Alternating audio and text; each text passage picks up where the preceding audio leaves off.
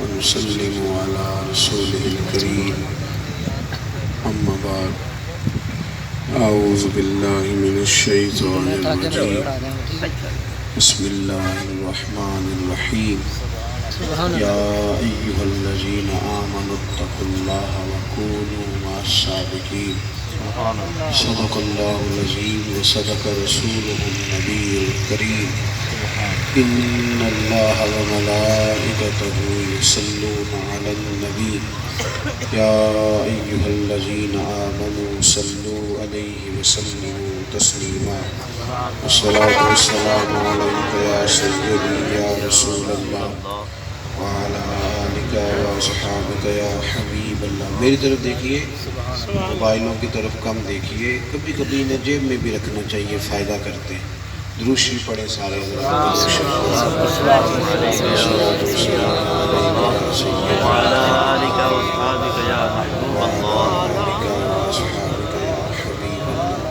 صلات کے بعد سادات کرام جلوہ فرما ہیں، سادات کا ہی اس سے مقدس ہے.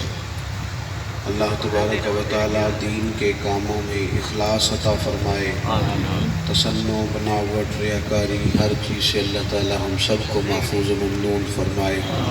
میں کچھ دنوں سے پٹھوں کے کھچاؤ کا شکار ہوں، مسلسل کئی دنوں تک سفر کرتا رہا تو یہ کچھ تھوڑی تکلیف ہو گئی ہے. وعدے جب کر لیے جاتے ہیں تو درد ایک ایسی چیز ہے دکھائی نہیں جا سکتی، خالی بتائی جا سکتی ہے. اس لیے میں حاضر ہو گیا تھا کہ آج 2-4 جگہوں پہ میرا وعدہ ہے وہ میں حاضری دے لوں گا. اللہ تبارک و تعالیٰ قبولیت کا درجہ عطا فرمائے اور اللہ تعالیٰ کوئی مشن والی، کوئی خلوص والی، کوئی کام والی زندگی عطا فرمائے. قرآن حکیم نے ہمیں یہ حکم ارشاد فرمایا ہے کہ اے ایمان والو اللہ سے ڈرو اور سچوں کی سنگت اختیار کرو. سبحان اللہ، بے شک بے شک. یا ایھا الذین آمنوا اتقوا اللہ وکونوا مع الصادقین. اللہ سے ڈرو اور سچوں کی سنگت اختیار کرو. میرے بھائی، اس امت میں نبی پاک صلی اللہ تعالی علیہ وسلم کے بعد نبی کوئی نہیں آئے گا، بے شک. لیکن اس امت کا یہ اعزاز ہے کہ ولی قیامت تک اس امت میں موجود رہے گا. سبحان اللہ. لیکن ولی کا مطلب یہ نہیں ہے کہ جس کی تعریف اس کے مرید کر دیں، جس کی تعریف اس کے بیٹے کر دیں، جس کی تعریف اس کے عقیدت مند کر دیں، جس کی تعریف کو 10-15 لوگ کر دیں، یا میری طرح جو پگڑی بڑی باندھ لے، جو بادشاہ پہن لے ولی ہو جاتا ہے. ولی کا معنی ہے دوست. اولیاء اللہ، اللہ کے دوست. سب سے پہلے تو یہ سمجھ لیں کہ ولی کی ترجیح اللہ رسول ہوتے ہیں، بندے نہیں. اولیاء اللہ میں تو ایک جماعت گزری ہے جن کو ملامتی کہا جاتا ہے. داتا صاحب رحمۃ اللہ علیہ نے باقاعدہ باب باندھا ہے کشف المعدوم. وہ تو کام اس طرح کے کرتے تھے کہ مخلوق ان کو برا سمجھے، ان سے دور رہے. یہ جو چکر ہے نا کہ لوگ کس طرح قابو کیے جا سکتے ہیں اور کس انداز میں بندے گھیرے جا سکتے ہیں، یہ تو سرے سے مزاج ہی نہیں ہے اولیاء کا. وہ تو مخلوق کے ساتھ صرف اتنا تعلق رکھنا چاہتے ہیں کہ وہ انہیں دین بتا دیں، جو پیغام ان کے ذمے ہے وہ آگے پہنچا دیں. اس سے زیادہ کوئی ان کا دنیا کے ساتھ کوئی تعلق نہیں. قرآن مجید دیکھیے نا، اللہ فرماتا ہے یجاہدون فی سبیل اللہ. اللہ کے بندے اللہ کے راستے میں جہاد کرتے ہیں. آپ کی توجہ نہیں ہو رہی میری بات. اصل میں وہ جب سے مصیبت آئی ہے نا لائیو چلانے کی اور چینل بنانے کی، تو یہی کام رہ گیا، باقی سارے ختم ہو گئے. آپ ضرور بنائیں پر 2-3 لوگ بنا لیں، باقی ان سے لے لیں. اب سارے آپ اسی کام ہی لگ جائیں گے تو میری بات کون سنے گا؟ پھر چلو اس طرح کر لیتے کہ ایک ویڈیو بنا کے آپ کو بھیج دیتے، آپ وہ دیکھ لیتے. آپ میری بات پہ توجہ کریں. میں نے چند ایک باتیں کرنی ہیں اور کوئی بات لمبی نہیں کرنی، جو بہت ضروری ان میں سے بات ہوگی صرف وہ آپ سے عرض کرنی. وقت زیادہ کرنا مقصد نہیں، پیغام دینا مقصد ہے. اس پیغام کو آپ سمجھ لیں. یجاہدون فی سبیل اللہ، اللہ کے بندے اللہ کے راستے میں جہاد کرتے ہیں. پھر لوگ سارے تعریف نہیں کرتے، کچھ لوگ انہیں برا بھی کہتے ہیں. قرآن کہتا ہے وہ اللہ کے راستے میں جہاد کرتے ہیں. وَلَا يَخَافُونَ لَوْمَةَ لَائِمٍ، اور کسی برا کہنے والے کی بات کی پرواہ نہیں کرتے، سبحان اللہ. کیونکہ وہ کام کر رہے ہوتے ہیں. تو جب آپ حق بات کہتے ہیں تو بہت سارے لوگوں کے مفادات پر چوٹ بھی پڑتی ہے، کچھ لوگ اس سے پریشان بھی ہوتے ہیں. جس دور میں ہوں یہ تو دور ہی خوشامد کا ہے، یہ تو دور ہی تعریف کا ہے. یہ میلاد شریف آ رہا ہے نا خیر سے، تو اس میں کئی دفعہ میں سوچتا ہوں، غور کرتا ہوں کہ محفل میلاد مصطفیٰ بڑا لکھا ہوا ہے یا میری طرح کے مولوی کا نام بڑا لکھا ہوا ہے. جو چیز اصل ہے وہ کئی دفعہ چھوٹی کر دی جاتی ہے، اور فوٹو ہی فوٹو ہے، تصویر ہی تصویر ہے. اور پھر جناب اس میں جو خوش آمدیں ہوتی ہیں، جو تعریفیں ہوتی ہیں. ایک محفل میں گیا تو مجھے ایک لسٹ دے دی گئی کہ فلانے صاحب کی صدارت ہے، ان کا بھی نام لینا ہے. فلاں ہمارے مہمان خصوصی ہیں، سیاسی سماجی آدمی ہیں، ان کا بھی نام لینا ہے. فلاں بندہ یہاں خدمت بڑی کرتا ہے، اس کا بھی نام. وہ کارڈ کے پیچھے نام لکھ کے دے دیے. تو میں نے ان سے مسکرا کے کہا، میں نے کہا یار تم نے تو مجھے کہا تھا کہ نبی پاک کی تعریف کی محفل ہے، سبحان اللہ. تو یہ ساری قوم کہاں سے آ گئی بھائی سوائے حضور کے؟ کرو مدح اہل دول رضا، اور پڑے نا اس بلا میں میری بلا، میں تو گدا ہوں اپنے کریم کا، سبحان اور اللہ. میرا دین پارا انعام. تو وہ کیا کرتے ہیں کہ پرواہ نہیں کرتے.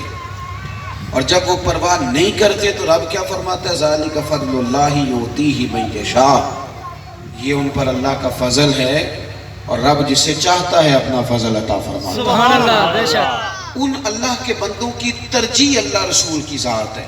میری بات کی سمجھ آ رہی ہے؟ جی جی. یعنی وہ قوم کا رخ دیکھ کے نظریہ نہیں بناتے کہ آج کل ہوا کدھر کی ہے تو میں بھی وہ بات کر دوں. وہ کوئی ان کا سیاسی رنگ نہیں ہوتا کہ آج کل کون سی پارٹی زیادہ مضبوط ہے تو اس میں شامل ہو جاؤں. وہ قومی رنگ دیکھ کے اپنا نظریہ نہیں بدلتے. ان کا تو نظریہ اللہ رسول کو راضی کرنا ہوتا ہے. ترجیح ان کی رب رسول ہے، ترجیح. باقی ہر چیز ثانوی حیثیت رکھتی. وہ دوست ہیں پر اللہ کے. بے شک. سب سے پہلے اس بات کو سمجھ لیں. آپ کو خود بخود خوشبو آ جائے گی. آپ کسی بندے کے پاس بیٹھے پتہ چل جائے گا.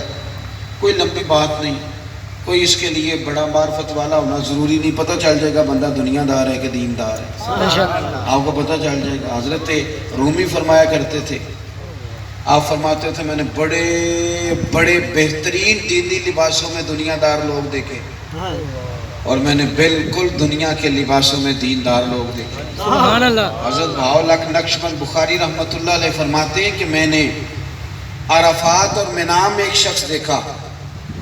اس سے پہلے میں نے دیکھا تو وہ کروڑوں کا کاروبار کر رہا تھا، تو میں نے کہا یہ تو دنیا دار ہے. اور پھر میں نے اسے بانٹتے بھی دیکھا. فرماتے ہیں آخر میں نے اس کے دل پہ توجہ کی تو اس کا دل ایک منٹ کے لیے بھی اللہ کی یاد سے غافل نہیں. سبحان اللہ. شاید اس لیے حضور نے فرمایا ہے، ترمذی شریف کی حدیث ہے، فرمایا تو سچ بول کے تجارت کر، اللہ قیامت کے دن نبیوں کے ساتھ جگہ آتا. تو سب سے پہلے تو آپ اچھی طرح اس بات کو سمجھ لیں کہ اللہ کا ولی دوست کس کا ہوتا ہے؟ بولیے.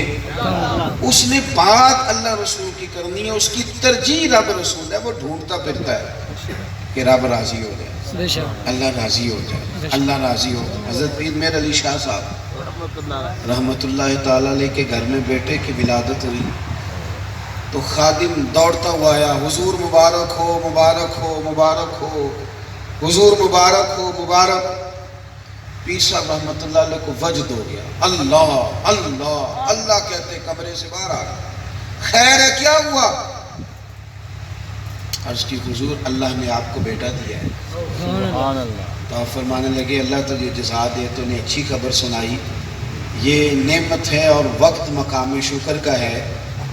اور جب تو مبارک مبارک پکار رہا تھا تو میرا دل وجد کر رہا تھا کہ شاید تجھے یہ خبر مل گئی ہے کہ میر علی شاہ سے اللہ راضی ہو گیا. میں تو کچھ اور سوچنے لگا، اس لیے کہ میرے لیے 22 مبارک وہ دن ہوگا جب مجھے یہ پتہ چلے گا کہ میرا رب مجھ سے راضی ہو. تو سب سے پہلے تو یہ یاد رکھیں کہ وہ بندہ اس کی توجہ دین ہوتی ہے، اس کی ترجیح اپنا مشن ہوتا ہے. وہ کسی دنیا کے نئے چکر میں نہیں پڑتا. دوسری بات بڑی ضروری، اولیاء اللہ صوفیاء یہ ہمارے عقیدے مضبوط کرتے ہیں. عقیدے کمزور نہیں کرتے کہ لوگوں کو تویز دھاگے کے اور لوگوں کو استخارے کے اور حساب لگانے کے اور تیرا پتہ کرنے کے اور تو جو ہو جائے گا بس تیری کام تیرا، ان چکروں میں ڈال کے لوگوں کو کمزور نہیں کرتے، یہ لوگوں کے عقیدے مضبوط کرتے ہیں۔ اللہ کا بندہ عقیدہ مضبوط کرتا ہے، یہ اس طرح کی کہانی نہیں سناتے کہ جناب میرا خیال یہ ہے فلانے صحابی کے بارے میں، میرا خیال یہ ہے، یہ پکی باتیں کرتے ہیں، پکی، یہ نظریاتی طور پہ پکے لوگ ہوتے ہیں۔ حضرت ابو بکر صدیق سے لے کر سیدنا امیر معاویہ تک ہر ایک کے بارے میں کھرا ستھرا سونا نظریہ رکھنے والے لوگ، حضور کی اولاد کا ادب رسماً اور تقریروں میں کرنے والے نہیں، بلکہ ان کی روح کہتی ہے کہ تیری نسل پاک میں ہے بچہ بچہ، تو ہے عین نور تیرا صبر، پکے نظریات کے، کچی پکی باتیں نہیں، پل پلی نہیں، کوئی نئی چادر ڈال کے کوئی نئی سٹوری نہیں، وہ جس پر اکابرین نے پہلے سے مور لگا دی، ان نظریات۔ ہمارے ہیں نا جناب، میں نے دیکھا ہے کہ جتنے یہ اہل تصوف کے پاس آنے والے لوگ ہیں نا، یہ بیچارے ان کو بعض چیزوں میں کمزور کر دیا جاتا ہے۔ کمزور کرنے کے لیے تو ویسے ہی بڑی دنیا لگی ہوئی ہے، اللہ آپ کو جزا دے گی، بس میری بات سنیں۔ یہ رات کو 4 مختلف پارٹیوں کے لوگ جو ٹی وی پہ بٹھائے جاتے ہیں نا تبصروں کے لیے، یہ بھی آپ کو کمزور کرنے کے لیے بٹھائے جاتے ہیں کہ آپ کسی ایک کو صحیح نہ سمجھ لیں گے۔ 4 بندے بٹھائے جاتے ہیں اور ان کی ڈیوٹی ہوتی ہے کہ ایک دوسرے کی غلطیاں بیان کرو۔ وہ ٹاک شو جو گھنٹے کا ہوتا ہے تو ایک دوسرے کی خامیوں کے لیے، تاکہ قوم ڈبل مائنڈڈ ہو جائے۔ یہی حال اب اللہ ماشاء اللہ تویز دھاگے والا کرتا ہے، وہ کہتا ہے تینوں کسے کچھ کیتا ہے، چل ہوں تو ساری رات سوچتا رہو کہ نہیں کیتا ہے، لبدا رہو بھائی۔ یہ ڈال دیا اس چکر میں اس لیے کہ اتوار والے دن صبح 9 بجے سے عصر تک تویز دینے ہیں، تو کوئی بیماری بتائیں گے تو کوئی تویز خریدے گا، جب تک ڈاکٹر آپ کو کہے گا نہیں آپ بیمار ہیں تو آپ کیسے لیں گے دوا؟ جمعرات والا دن عورتوں کے لیے، اتوار والا دن مردوں کے لیے، علیحدہ علیحدہ سے اسپیشلسٹ صاحب بیٹھے ہیں۔ کس بزرگ کا طریقہ یہ؟ میں تعویذ کا انکار نہیں کر رہا، لیکن ہمارے بزرگ تو تدریس کرتے تھے، سبحان اللہ، کتاب و سنت کی بات کرتے تھے، اللہ کی معرفت کا سبق پڑھاتے تھے، ان کو لوگوں کو کمزور کرتے تھے۔ میں ایک بات کرنے لگا ہوں، آپ نے میری بات پہ توجہ کرنی ہے۔ ہمارے صوفیاء نے لکھا ہے، ایک بندے نے آ کے پیر صاحب سے کہا کہ پیر صاحب میرے گھر میں بچے نہیں ہیں، اور میں نے سارے ڈاکٹروں سے ٹیسٹ کرا لیے، حکیموں طبیبوں کو دکھا لیا، تویز دھاگے والے سارے ہو گئے، اب میں آپ کے پاس دعا کرانے آیا ہوں۔ تو ایک تو پیر صاحب کی ڈیوٹی یہ ہے کہ انہوں نے دعا کرنی ہے کہ اللہ اسے اولاد دے، یہ بھی ڈیوٹی ہے ان کی، اس کو تسلی دیں، دعا کریں۔ اور ایک بڑی ڈیوٹی ہے اس سے، وہ کیا ہے؟ وہ ڈیوٹی یہ ہے کہ پیر صاحب نے اسے اس بات پہ بھی راضی کرنا ہے کہ اگر رب کی رضا یہ ہے نا کہ تیرے گھر میں اولاد نہ ہو، تو تو نے رب کی رضا پہ راضی بھی رہنا ہے۔ سبحان اللہ، یہ بھی سب سے بڑی ڈیوٹی صوفی کی ہوتی ہے کہ اگر کوئی بندہ مصیبت میں ہے تو وہ اس کو قائل کرے کہ تو اللہ کی رضا پہ راضی ہو۔ یہ ذمہ بھی صوفی کا ہے کہ اس نے بندے کو مطمئن کرنا ہے کہ میاں پھر رب جس حال میں رکھتا ہے تو اس حال میں راضی رہ۔ یہ بھی تو ڈیوٹی ہے نا ہماری۔ صرف ہم نے یہی کہنا ہے کہ تیرا کام ہو جائے گا، بس ختم ہو گئی بات، 6 جمعرات پابندی سے آ، یہ انداز نہیں، اس کو قائل کرنا ہے۔ دیکھیے داتا صاحب کیا فرماتے ہیں، داتا گانج بخش علی اجمیری رحمۃ اللہ علیہ فرماتے ہیں، عقیدہ پکا کرنے کی بات دیکھیں۔ داتا صاحب فرماتے ہیں کہ ایک غلام نا بازار میں آیا کوئی چیز خریدنے، اور ہاتھ میں اس کے تھیلا تھا، دن تھے قحط کے، کئی مہینے بیت گئے، بارش نہیں ہوئی، جانور بھی پیاسے ہیں، بھوکے ہیں، حالات خراب ہیں، اور عجیب قسم پرسی کا عالم ہے، ہر بندہ پریشان ہے، مہنگائی ہو جائے تو سارے پریشان ہوتے ہیں، چلیں غریب آٹے کی وجہ سے پریشان ہوتے ہیں تو امیر پٹرول کی وجہ سے ہو جاتے ہیں، ہوتے سبھی ہیں پریشان، چلیں غریب گھی کی وجہ سے پریشان ہو جاتا ہے اور امیر موبائل کی وجہ سے ہو جاتا ہے، ہوتے سبھی پریشان ہیں۔ تو وہ دور قحط کا تھا، ہر بندہ پریشان ہے، تو وہ غلام بازار کو چیز خریدنے آیا، تو حضرت داتا صاحب رحمۃ اللہ علیہ فرماتے ہیں کہ وہ بڑی اٹکیلیاں کرتا، ہنستا کھیلتا دوڑتا اچھلتا کودتا آیا تو سارے بندے پریشان بیٹھے ہوں تو ایک بندہ بیچ میں مسکرائے تو کئی دفعہ طبیعت چڑھ جاتی ہے. یار عجیب بات ہے، تو میرا مطلب ہے کس طرح کا بندہ ہے؟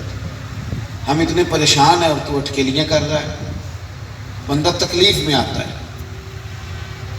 تو وہ اب وہ اس انداز میں آیا کہ جو اس نے سامان خریدنا تھا وہ تو خریدا، لیکن بعض لوگوں نے شکوہ کیا، کہنے لگے، میری باتوں کی سمجھ آ رہی ہے آپ؟ جی جی کہنے لگے یار تو عجیب بیوقوف بندہ ہے، ساری دنیا جو پریشان ہے، قحط کے دن ہے.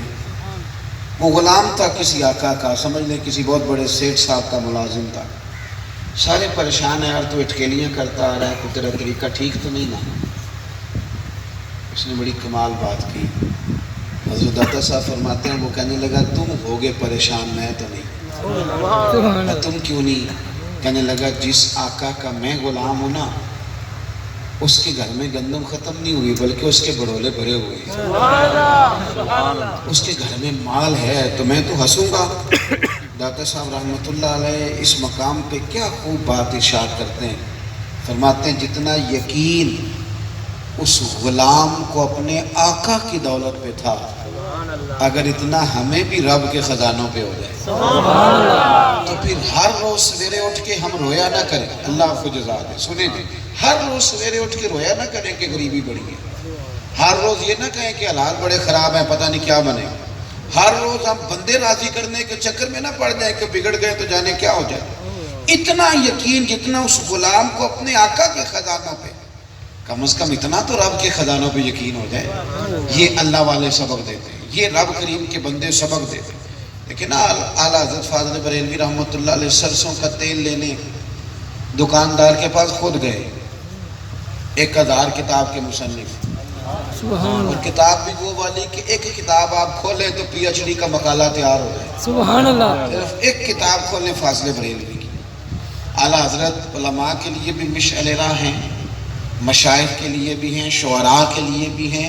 لیکن اب جب دور بدلا ہے نا تو وہ یونیورسٹیوں میں گئے ہیں اور 30 سے زیادہ مقالہ جات ان پر لکھے گئے. اور دنیا کی مختلف یونیورسٹیز نے جب ان پر مقالہ جات منظور کیے ہیں تو فاضل بریلوی تو ایک ریسرچ کا نام بن گیا ہے. وہ تو ایک تحقیق ہے، وہ تو ایک بہت بڑا ادارہ ہے، وہ تو ایک انجمن ہے. اتنا بڑا آدمی جس نے تنہا ایک تحریک کا کام کیا. خود جاتے تھے سودا سلب لینے، سودا سلب لینے خود جاتے تھے. آج کل نہیں، میری طرح کے مولوی صاحب، بزرگوں کی بات نہیں کرتا، میری طرح کے پیر صاحب مولوی صاحب وہ تو بیچارے اپنے گھر کی سبزی لینے بھی نہیں جاتے، کسی کو پتہ نہ چل جائے کہ حضرت نے بھی توڑا اٹھایا ہوگا. اعلیٰ حضرت خود گئے تیل لینے سرسوں کا، اور جا کر کے دکاندار سے کہا کہ یہ شیشی بوتل سرسوں کے تیل کی بھر دو. اس نے بھر دی. فرمایا کتنے پیسے؟ میری بات کی سمجھ آ رہی ہے؟ جی جی. دکاندار کہنے لگا حضور ویسے تو یہ 5 آنے کی ہے، آپ ہمارے عالم ہیں، آپ 3 آنے دے دیں. سبحان اللہ. تو فاضل بریلوی کے دیکھیں وہ پکی باتیں کرتے ہیں، پکی. پورے ہی 5 دیے. فرمانے لگے 2 آنے چھوڑ رہا ہے مجھے عالم سمجھ کے تو پورے ہی 5 رکھ، میں اپنا علم 2 آنے کا نہیں بیچا کرتا. سبحان اللہ. کرمد ہے اہل دول رضا، پڑے اس بلا میں میری بلا، میں 2 آنے میں بکنے والا نہیں، تو رکھ نا اپنے پاس سنبھال. پکے عقیدے.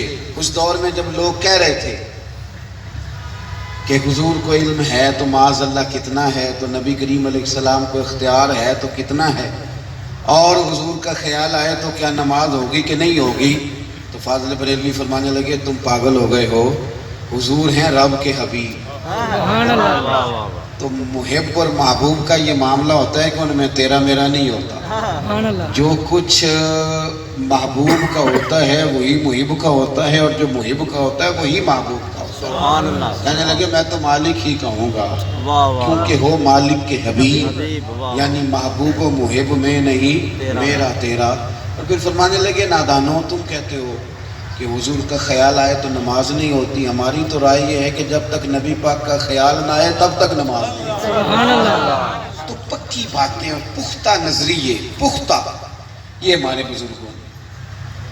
تیسری بات یہ کہ ان کا تعلق علم کے ساتھ تھا. ابھی استاد بیان کر رہے تھے نا مدرسے کے، کھڑے ہوتے فوراً ہی حدیث پاک پڑھی. آپ کسی بھی عالم کے پاس جائیں گے نا، آپ ملانگ کے پاس چلے جائیں گے، آپ کو کیا کوئی کہانی سنائے گا. کسی عالم سے ملو گے نا، وہ رسول اللہ سے جوڑ دے گا، کیونکہ وہ اٹھتے ہی مدینے والے کی بات چھیڑے گا، سبحان اللہ. حضور کی بات کرے گا، آپ کو علم کی طرف رغبت دے گا. استاد تھے تو انہوں نے دیکھیں بات بھی علم کی کہ کتنا علم حاصل. ہمارے بزرگوں کا تعلق علم کے ساتھ. داتا صاحب کی کشف المعجوب میں بھی پہلا باب علم کا ہے، سبحان اللہ. پہلا باب علم کا ہے. اعلیٰ حضرت فاضل بریلوی بات علم کی ہو رہی ہے، حضرت مجدد الفسانی بات علم کی. علم کی ہو رہی ہے. یہ ہمارے بزرگ علم کی بات کرتے تھے، علم کا پیغام آگے دیتے تھے، یہ علم کی طرف رغبت دیتے تھے. اب کیا ہو رہا ہے تیزی سے؟ مجھے ایک دفعہ ایک صاحب نے پوچھا کہ اتنے بڑے آستانے ہوتے ہیں تو ان میں مدرسہ کیوں نہیں ہوتا؟ تو میں نے کہا اس کی ایک وجہ ہے. پیر عالم ہو تو وہ مدرسہ بناتا ہے، پیر جاہل ہو تو مدرسہ نہیں بناتا. دلیل وہ ہمارے پنجاب سندھ میں خیبر پختونخوا میں جو پرانے وڈیرے تھے نا، وہ اپنے گاؤں میں اسکول نہیں کھلنے دیتے تھے، کھلنے نہیں دیتے تھے. اب دور بدل گیا، ایک زمانہ ایسا آیا وہ اسکول نہیں بننے تھے. کیوں؟ وہ کہتے تھے کہ اگر غریبوں کے بچے پڑھ گئے تو ہماری بھینسوں کو چارہ کون ڈالے گا؟ وہ نہیں پڑھنے دیتے. یہ جو پیر ہے نا ان پڑھ، اس لیے نہیں مدرسہ بناتے، انہیں پتہ ہے کہ اگر یہ پڑھ گئے تو ہمیں پیر کون مانے گا، تو یہ تو نہیں بننے دیتے، سوال ہی نہیں پیدا ہوتا. وہ تو کوئی خود عالم ہو اور علم کی افادیت سے آگاہ ہو. اگرچہ جب آپ پڑھا لیتے ہیں نا، استاد بیٹھے ہیں، اگرچہ آپ پڑھا لیتے ہیں تو جس طرح کی وہ ان کو دوائی کھلا کے پیر صاحب مست کر لیتے ہیں، اس طرح شاگرد نہیں مست ہوتے. اتنی وہ وفاداری کرتے ہیں اتنی شاگرد کوئی نہیں کرتے. یہ بڑی پکی بات بتا رہا ہوں. وہ تو تھوڑے زیادہ پڑھ جائیں تو استادوں کی باتیں ٹھیک کرانے لگ جاتے ہیں. یہ معاملہ گڑبڑ بھی ہوتا ہے. لیکن یہ علماء کی دیانت ہے، انہوں نے مدارس بنائے بھی، مدارس چلائے بھی، مدارس میں کام بھی کیا اور علم کا شغف دیا قوم کو. مزاج علمی پیدا کرے، اور علمی مزاج بھی اس طرح کا نہ بنائے کہ ہم نے تقریر سننی ہے اور تقریر سن کے جناب ہم نے بس اسی میں رہنا ہے. علم عمل کے لیے حاصل کریں. اگر آپ نرا الفاظ کے گورکھ دھندے میں آئیں گے تو لفظ تو طوطے کو بھی یاد کرا دیے جائیں تو یاد ہو جاتا ہے. جب آپ عمل کرتے ہیں تو وہ آپ کو نفع دیتا ہے. اور ترمذی میں حدیث ہے، اللہ کے محبوب علیہ السلام فرماتے ہیں جس نے علم اس لیے حاصل کیا کہ علماء سے بحث کرے گا یا جاہلوں پہ روب جمائے گا، اسے تو اللہ جنت کی خوشبو بھی عطا نہیں کرے گا.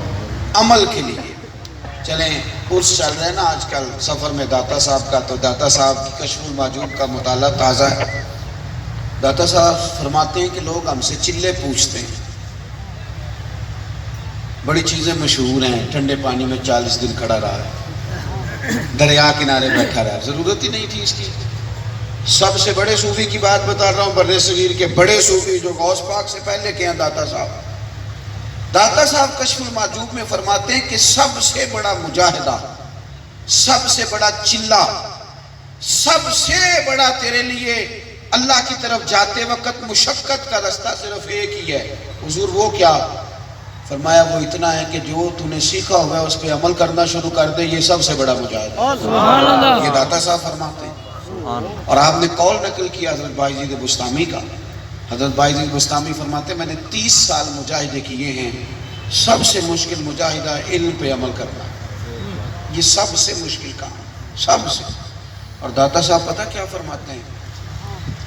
فرماتے ہیں لوگوں کو کہو نا آگ کے انگارے پہ چلو تو یہ چل لیتے ہیں، پر ان سے کو اپنے علم پہ عمل کرو تو یہ ان کے لیے مشکل ہے.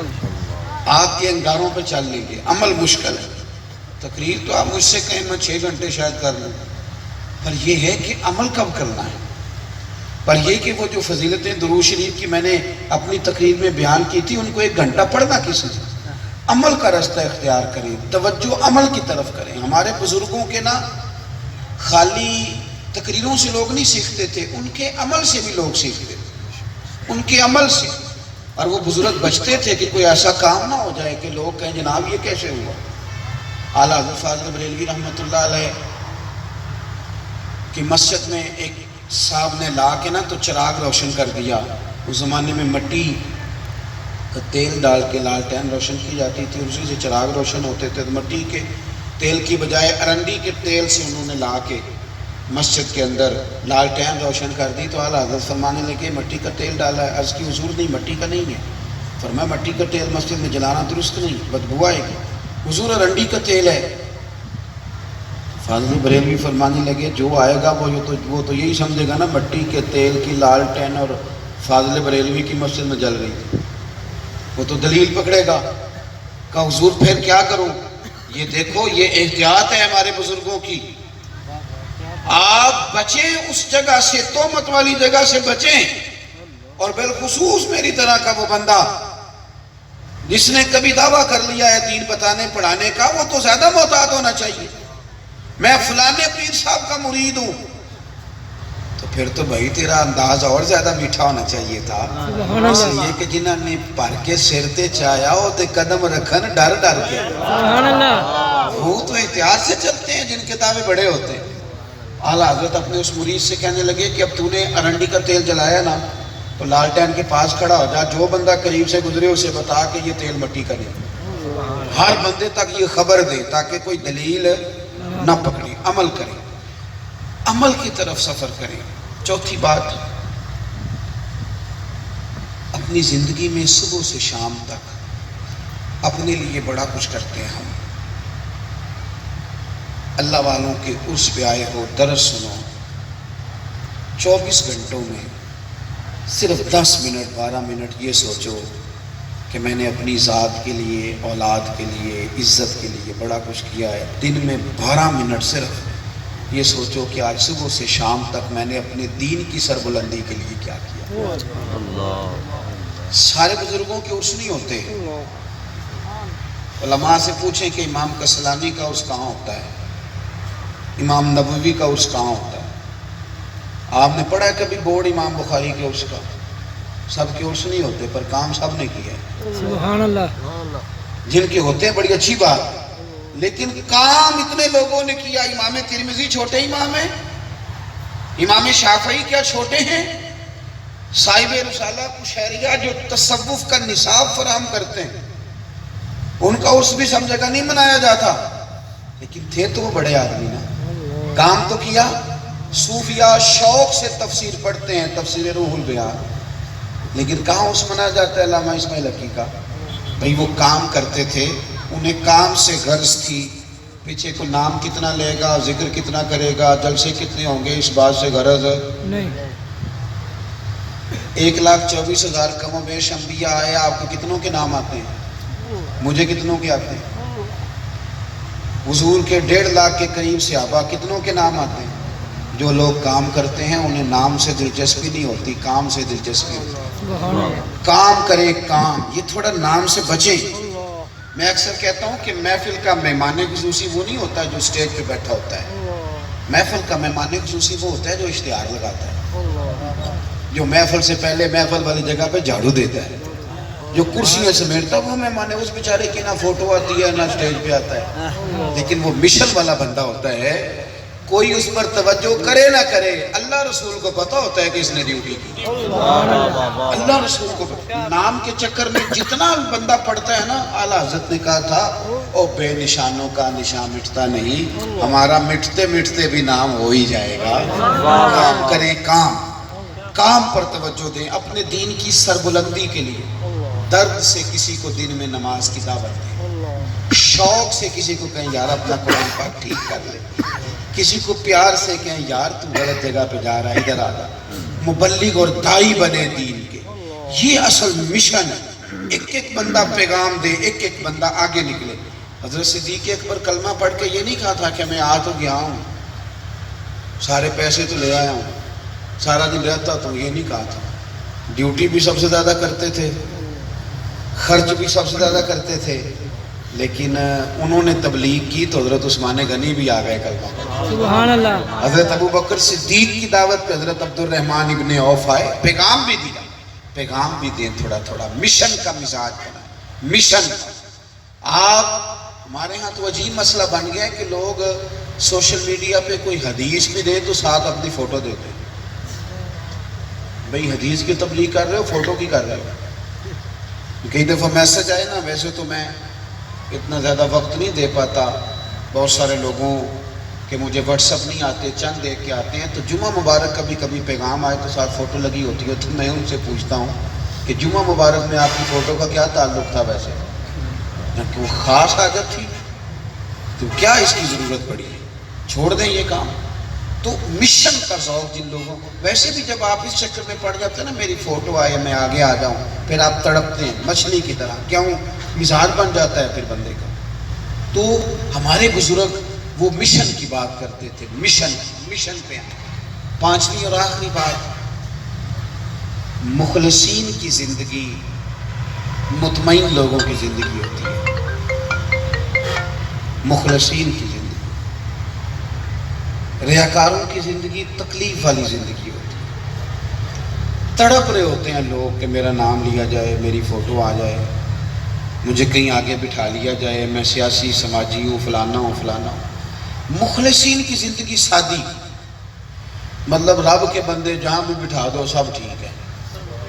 وہ پیچھے بھی بیٹھے ہیں تو چلو ٹھیک ہے، وہ کہیں ان کو کونے میں جگہ مل گئی تب بھی ٹھیک ہے. جو بڑے بڑے شیوخ الحدیث ہیں نا اس وقت بھی جو ہیں، یعنی جو خطیب واعظ مقرر جب پوری طرح الجھ جائے کسی بات میں اور جن سے مسئلہ پوچھنے جاتا ہے، ایسے لوگوں کو ابھی بھی لوگ نہیں جانتے، کیونکہ ان کی نہ فوٹو آتی ہیں نہ وہ میڈیا پہ آتے ہیں. ایسے لوگوں کو لوگ نہیں. مجھے ایک دفعہ ایک دوست نے پوچھا کہ مولوی سوشل میڈیا پہ لڑ رہے ہیں بڑے سارے، میں نے کہا 5 6 7 ہوں گے زیادہ سے زیادہ.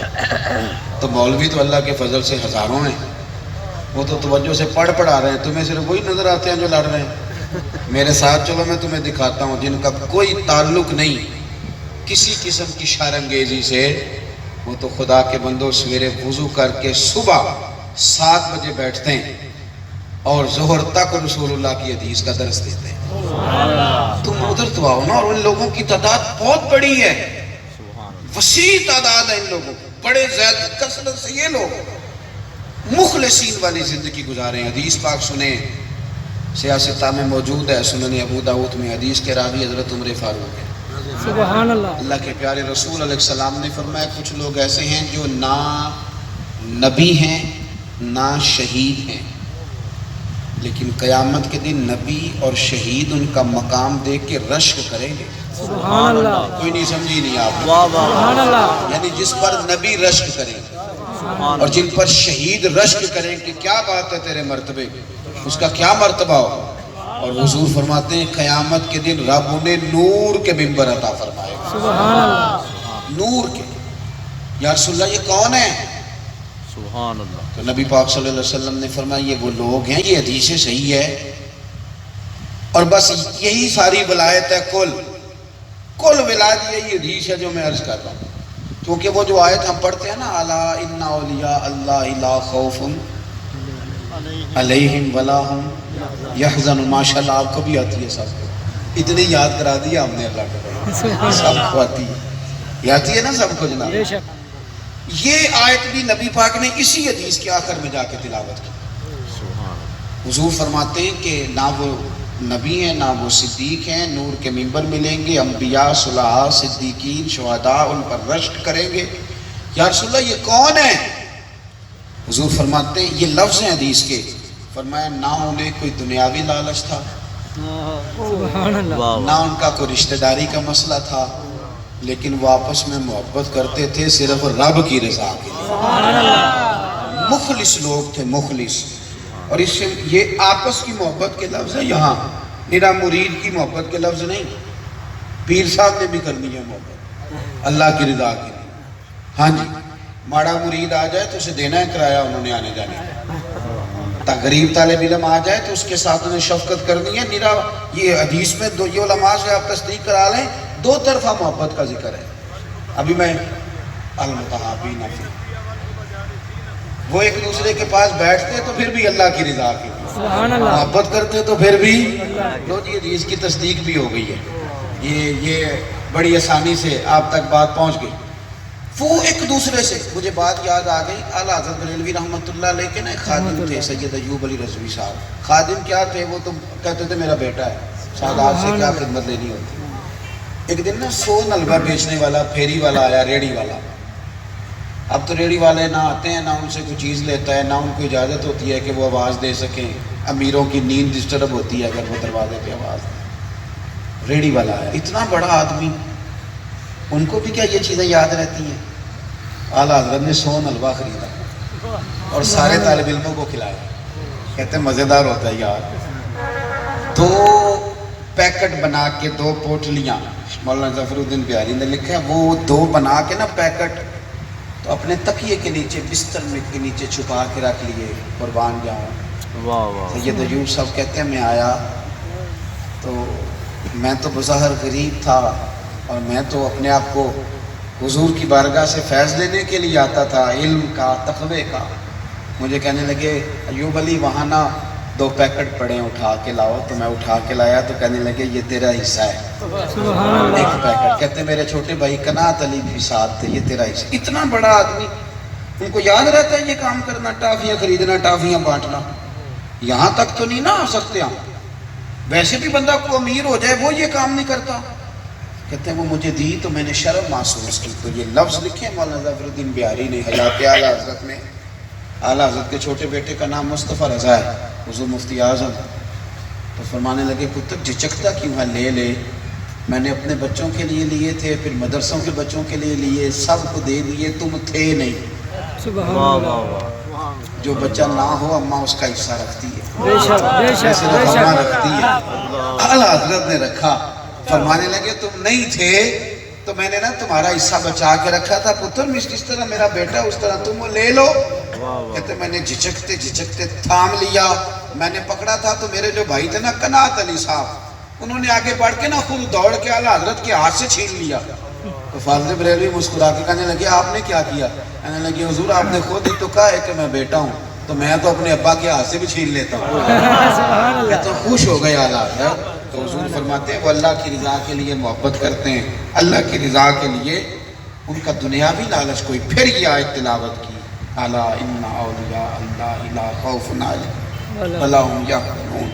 یہ وہ لوگ ہیں، یہاں لا کے کا جو مخلص ہیں، جن کا مرید کے تربیت سے تعلق ہے، مرید کی جیب سے تعلق نہیں ہے، جن کی خواہش ہے وہ اچھے آموں کی پیٹیوں پہ خوش نہیں ہوتے، وہ مرید آ کے کہے کہ تہجد پڑھتا ہوں تو راضی ہو جاتے ہیں۔ یہاں تک ہمارے صوفیاء نے لکھا ہے کہ صرف یہ سمجھ کے بیعت نہ کرو کہ میں نے سامنے والے کی تربیت کر دی ہے، یہ سمجھ کے بیعت کرو کہ ہو سکتا ہے کوئی مرید ایسا مل جائے کہ وہ کامل ہو اور قیامت میں کہے یا اللہ میں نے اس سے دین سیکھا تھا، تو اس کی برکت سے اللہ تجھے بھی معافی عطا کر۔ یہاں تک عاجزی کی ہمارے بزرگان نے، یہاں تک۔ تو یہ 5 باتیں آپ کی خدمت میں عرض کی ہیں۔ مخلص ضرور بنے، مخلص ضرور بنے، مخلص ضرور بنے۔ اس سال میرے گاؤں کے میلے کی بھیڑ میں جو گم ہوا وہ ایک بھکارن کا لال تھا، اس فقیر کو تلاش تھی فقط متاع خلوص کی، پر مخلوق چپ رہی کہ یہ مشکل سوال تھا۔ خلوص نہیں ملتا، خالص ہو جائیں، تھوڑی باتیں کر لیں، تھوڑی تعریفیں کر لیں، تھوڑی نظر نیاز دے لیں، تھوڑے ہو جائیں پر مخلص ہو جائیں، تھوڑا عمل ہو، اخلاص والا ہو، وہ کفایت کر جاتا ہے۔